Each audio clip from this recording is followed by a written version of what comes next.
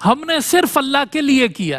سیدہ عائشہ صدیقہ رضی اللہ تعالیٰ عنہ نا جب ملازمہ کو دیتی تھی نا یہ دے دو رائے خدا میں، تو کہتی تھی جس کو دینا سن لینا اس نے مجھے کیا کہا ہے۔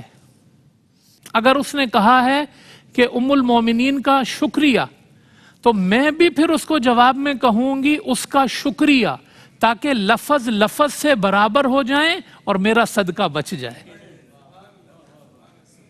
جو لینے والا مجھے شکریہ کہے وہ الفاظ سن لینا، میں بھی وہ الفاظ کہہ دوں گی اس کے لیے، اور جو میں نے صدقہ دیا میرا صدقہ محفوظ ہو جائے۔ میں خدا سے کہہ سکوں میں نے کچھ نہیں لیا، میں نے تیرے لیے خرچ کیا مولا، میں نے تیرے لیے خرچ کیا۔ یہ شان ہے ابرار کی۔ اور بعض علماء یہ کہتے ہیں کہ یہ سورت مکہ میں نازل ہوئی، بعض کہتے ہیں مدینہ میں نازل ہوئی۔ تو اب مدینہ میں جو نازل ہوئی تو وہ مشہور واقعہ کہ امام حسن اور حسین بیمار ہو گئے رضی اللہ عنہ، تو مولا کائنات نے، سیدہ کائنات نے اور فضا نے روزہ رکھا۔ اور روزہ جو ہے نا کہ ہم منت مانتے ہیں کہ روزہ رکھتے ہیں کہ ان کو شفا ہو تو روزہ رکھیں گے، تو شفا ہو گئی تو انہوں نے کہا کہ ہم 3 روزے رکھتے ہیں۔ تو پہلے دن کچھ جو تھے اس کی روٹی بنائی، تو افطار کے وقت مسکین آیا، اٹھا کے اس کو دے دی۔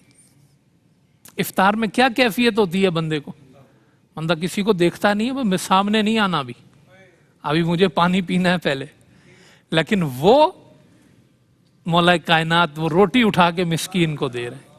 یتیم دوسرے دن بھی یہ ہوا اور یتیم کو دی، تیسرے دن بھی دیا، اسیر کو دی، 3 دن روزہ رکھا بغیر کھائے پیے۔ خدا نے اس ادا کو قرآن بنا دیا۔ یوفون بالنذر ویخافون یوما کان شرہ مستطیرا ویطعمون الطعام علی حبہ مسکینا ویتیما واسیرا۔ یہ ہے گھرانہ مصطفیٰ۔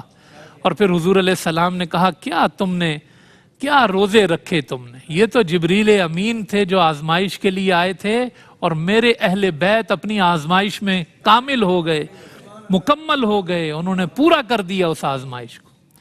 اور وہ طریقہ مصطفیٰ کو اپنا کر انہوں نے یہ راہ اپنائی کہ مشکلوں کے اندر انہوں نے یہ کردار پیش کیا کہ اپنی ضرورت کے باوجود اور ایسی احتیاج کے باوجود انہوں نے دوسروں کا خیال رکھا۔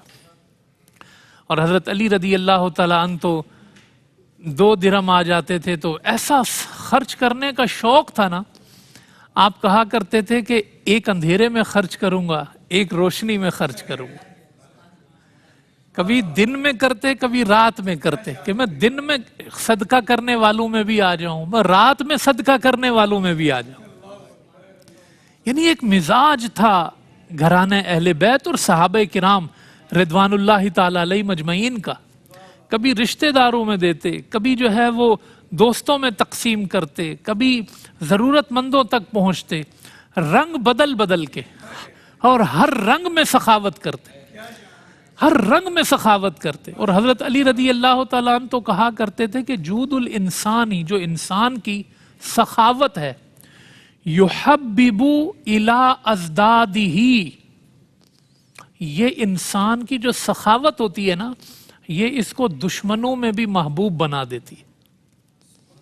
دشمن بھی محبت کرتے ہیں، یہ وظیفہ لے لو، وظیفہ لے لو۔ حضرت علی کہتے ہیں کہ کیسے تم زمانے میں محبوب بننا چاہتے ہو، سخی بن جاؤ۔ دشمن بھی جو ہے یحببہ الی ازدادہ، اپنے ازداد ضد کی جمع ہے جو دشمن ہے، اس میں بھی جو ہے نا وہ آپ کو یہ محبوب بنا دیتی ہے۔ اور فرمایا وبخل الانسان، اور انسان کی جو کنجوسی ہے، یبغضہ الی اولادہ، وہ اپنی اولاد میں بھی دشمن بنا دیتی ہے۔ جو دشمن ہوتا ہے نا اس سے گھر والے بھی راضی نہیں ہوتے، اور جو سخی ہوتا ہے اس سے دشمن بھی راضی ہوتے ہیں۔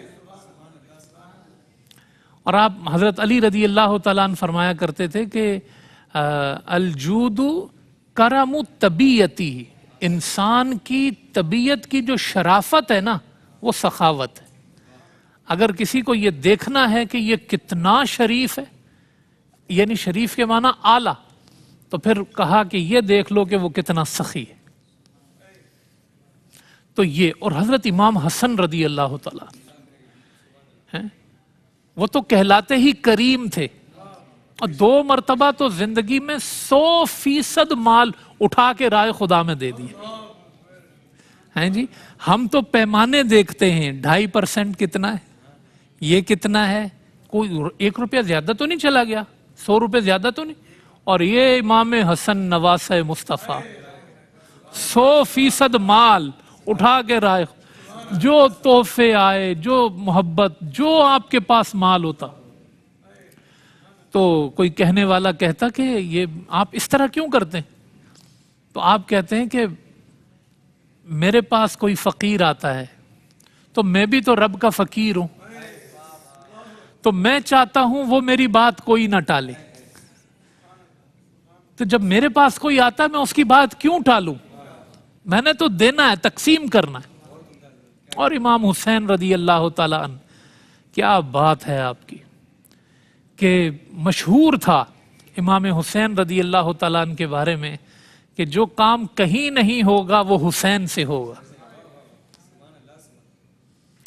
اور قرض لے کر دیں کہیں سے پورا کر دیتے تھے، مانگنے والے کو امام حسین کبھی خالی ہاتھ نہیں لوٹاتے تھے۔